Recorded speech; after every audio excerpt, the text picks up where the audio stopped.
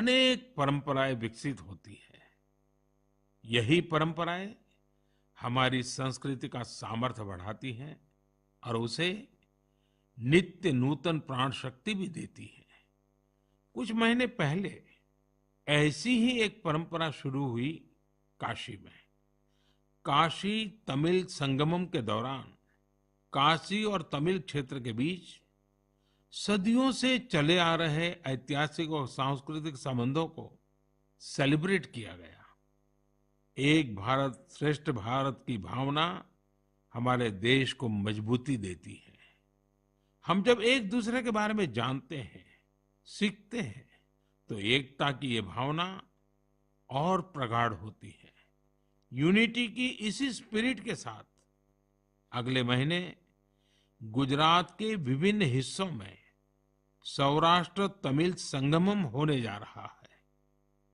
सौराष्ट्र तमिल संगमम 17 से 30 अप्रैल तक चलेगा। मन की बात के कुछ श्रोता जरूर सोच रहे होंगे कि गुजरात के सौराष्ट्र का तमिलनाडु से क्या संबंध है। दरअसल सदियों पहले सौराष्ट्र के अनेकों लोग तमिलनाडु के अलग अलग हिस्सों में बस गए थे। ये लोग आज भी सौराष्ट्री तमिल के नाम से जाने जाते हैं। उनके खान पान, रहन सहन, सामाजिक संस्कारों में आज भी कुछ कुछ सौराष्ट्र की झलक मिल जाती है।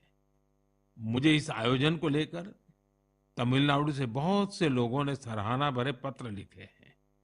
जब कश्मीर या श्रीनगर की बात होती है तो सबसे पहले हमारे सामने उसकी वादियां और डल झील की तस्वीर आती है। हम में से हर कोई डल झील के नजारों का लुत्फ उठाना चाहता है। लेकिन डल झील में एक और बात खास है। डल झील अपने स्वादिष्ट लोटस स्टेम्स, कमल के तनों या कमल ककड़ी के लिए भी जानी जाती है। कमल के तनों को देश में अलग अलग जगह अलग अलग नाम से जानते हैं। कश्मीर में इन्हें नादरू कहते हैं। कश्मीर के नादरू की डिमांड लगातार बढ़ रही है। इस डिमांड को देखते हुए डल झील में नादरू की खेती करने वाले किसानों ने एक एफपीओ बनाया है। इस एफपीओ में करीब 250 किसान शामिल हुए हैं। आज ये किसान अपने नादरू को विदेशों तक भेजने लगे हैं।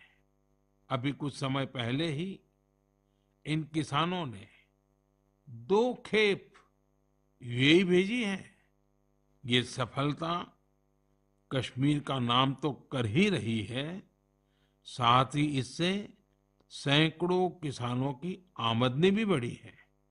साथियों, कश्मीर के लोगों का कृषि से ही जुड़ा हुआ ऐसा ही एक और प्रयास इन दिनों अपनी कामयाबी की खुशबू फैला रहा है।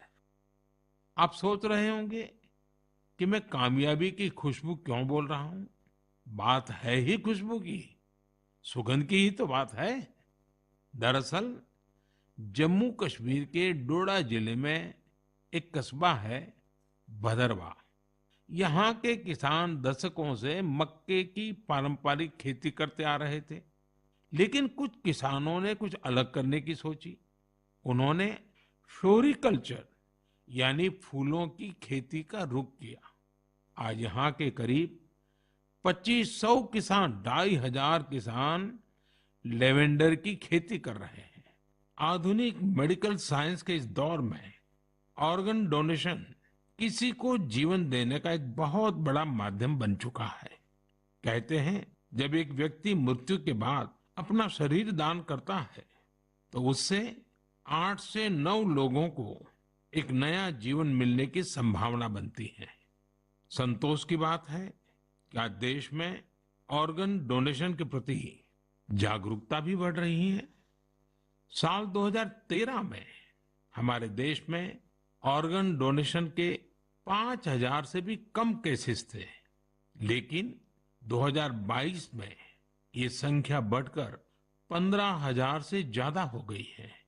ऑर्गन डोनेशन करने वाले व्यक्तियों ने, उनके परिवार ने वाकई बहुत पुण्य का काम किया है। साथियों, मेरा बहुत समय से मन था कि मैं ऐसा पुण्य कार्य करने वाले लोगों के मन की बात जानूं और इसे देशवासियों के साथ भी शेयर करूं। इसलिए आज मन की बात में हमारे साथ एक प्यारी सी बिटिया, एक सुंदर गुड़िया के पिता और उनकी माताजी हमारे साथ जुड़ने जा रहे हैं। पिताजी का नाम है सुखबीर सिंह संधू जी और माताजी का नाम है सुप्रीत कौर जी। ये परिवार पंजाब के अमृतसर में रहते हैं।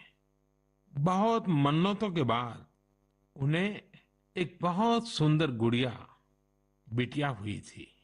घर के लोगों ने बहुत प्यार से उसका नाम रखा था अबाबत कौर। अबाबत का अर्थ दूसरे की सेवा से जुड़ा है। तो वहीं प्रियंका गांधी ने कहा है कि इस देश के लोकतंत्र को मेरे परिवार ने खून से सींचा है। संसद में आप मेरे पिता के शहीद होने का अपमान करते हैं, वो शहीद पिता के बेटे का भी अपमान करते हैं और हमने सब कुछ सहा, हम चुप रहे और हम नफरत की विचारधारा के साथ नहीं चलते। क्या जनता को दिख नहीं रहा? आपकी सारी संपत्ति लूटकर एक आदमी को जाने दिया है और राहुल गांधी संपत्ति नहीं है। सत्याग्रह को संबोधित करते हुए दरअसल प्रियंका गांधी ने मोदी सरकार पर जमकर जुबानी हमले किए हैं। बीजेपी के मंत्री को लेकर प्रियंका गांधी ने कहा कि मेरी मां सोनिया गांधी का अपमान संसद में करते हैं मंत्री बीजेपी के, और नेता ये कहते हैं कि राहुल गांधी को पता नहीं कि उनके पिता कौन हैं। वो मेरे पूरे परिवार का अपमान करते रहे, लेकिन किसी पर कोई केस दर्ज नहीं होता, कोई सजा नहीं मिलती और आपके नेताओं को कोई संसद से बाहर नहीं निकालता, आपको कोई चुनाव लड़ने के लिए मना नहीं करता। ऐसा क्यों? भाजपा के स्पोक्स पर्सन हो, चाहे मंत्री हो, चाहे उनके सांसद हो, चाहे प्रधानमंत्री खुद, सुबह से शाम तक वो मेरे परिवार के बारे में, राहुल जी के बारे में, मेरे पिताजी के बारे में, मेरी माताजी के बारे में, इंदिरा जी के बारे में और पंडित जी नेहरू जी के बारे में कुछ न कुछ आलोचना करते रहते हैं, कुछ न कुछ अपशब्द इस्तेमाल करते हैं। ये सिलसिला पुराना है, सब पूरा देश जानता है, पूरा देश देखता है। ठीक है, उनके खिलाफ किसी जज ने किसी 2 साल का सेंटेंस नहीं दिया, उनको डिस्क्वालीफाई नहीं किया, और मेरे भाई ने क्या किया। और प्रियंका गांधी ने भारतीय जनता पार्टी सरकार पर जमकर हमला बोलते हुए कहा कि प्रियंका गांधी ने कहा कि सवाल उठा दिए हैं कि परिवारवादी आप हमें कहते हैं, तो भगवान राम कौन थे? क्या वो परिवारवादी थे? क्या पांडव परिवारवादी थे? और हमें क्या शर्म आनी चाहिए कि हमारे परिवार के सदस्य इस देश के लिए शहीद हुए हैं। वो चित्र मेरे दिमाग में अभी भी है, मेरे मन में है। मेरे पिता का शव इस तिरंगे झंडे में लपेटा गया था। इस तिरंगे के नीचे मेरे पिता का शव था और उसके पीछे चलते चलते मेरा भाई यहां आया। उस शहीद पिता का अपमान भरी संसद में किया जाता है। उस शहीद के बेटे को आप देशद्रोही कहते हैं, आप मीर जाफर कहते हैं, उसकी आप मां का अपमान करते हैं। आपके मंत्री मेरी मां का अपमान भरी संसद में करते हैं। आपके एक मुख्यमंत्री कहते हैं कि राहुल गांधी को पता भी नहीं है कि उनका पिता कौन है। आपके प्रधानमंत्री भरी संसद में खड़े होकर कहते हैं कि ये परिवार नेहरू नाम को इस्तेमाल क्यों नहीं करता। पूरे परिवार का अपमान करते हैं। कश्मीरी पंडित समाज के रिवाज का अपमान करते हैं, जिसके तहत एक बेटा अपने बाप के मरने पर पगड़ी पहनता है, परिवार की परंपरा को आगे बढ़ाता है। लेकिन आप पर कोई मुकदमा नहीं होता, आपको 2 साल की कोई सजा नहीं मिलती, आपको जेल की सजा नहीं मिलती, आपको संसद से कोई बाहर नहीं निकालता, आपको मना नहीं करता कि 8 सालों के लिए आप चुनाव नहीं लड़ सकते। मैं पूछना चाहती हूं क्यों आज तक हम चुप रहे हैं। हमारे परिवार का अपमान करते गए। मेरे भाई ने क्या कहा? संसद में वो मोदी जी के पास गए और उनसे गले लगे। मेरे भाई ने कहा, मैं आपसे नफरत नहीं करता हूं, मेरे दिल में आपके लिए कोई नफरत नहीं है, हमारी विचारधारा अलग है, लेकिन हमारी नफरत की विचारधारा नहीं है। तो मैं पूछना चाहती हूं, एक आदमी का कितना अपमान करोगे? कितना अपमान करोगे? क्या यही है इस देश की परंपरा? आप परिवारवादी कहते हैं, तो भगवान राम कौन थे? भगवान राम को वनवास में भेजा गया, उन्होंने अपने परिवार, अपनी धरती के प्रति अपना धर्म निभाया। क्या भगवान राम परिवारवादी थे? क्या पांडव परिवारवादी थे कि वो अपने परिवार की संस्कारों के लिए लड़े?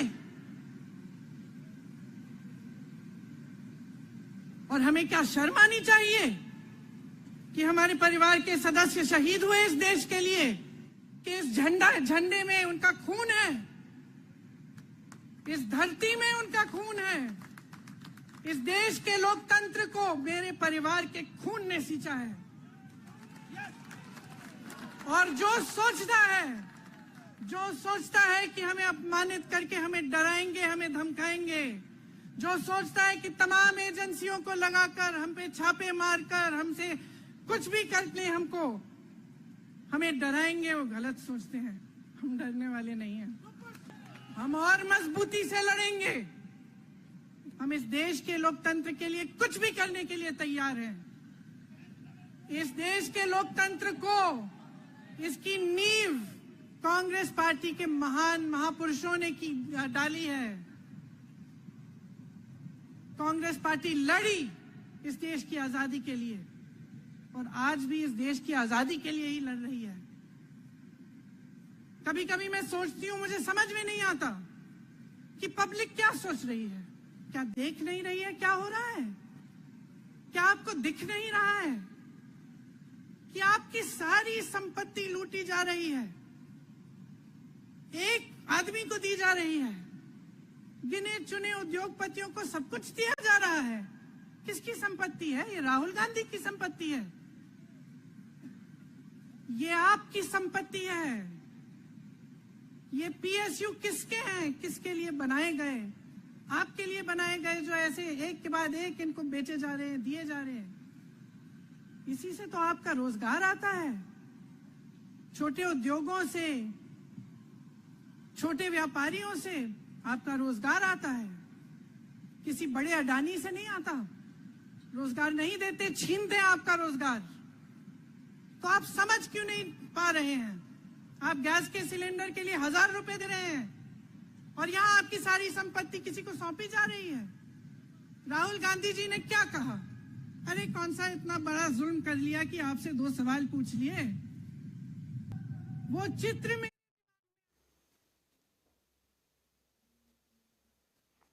और इसी के साथ ही फिलहाल के लिए बुलेटिन में इतना ही। देखते रहिए आर्या न्यूज।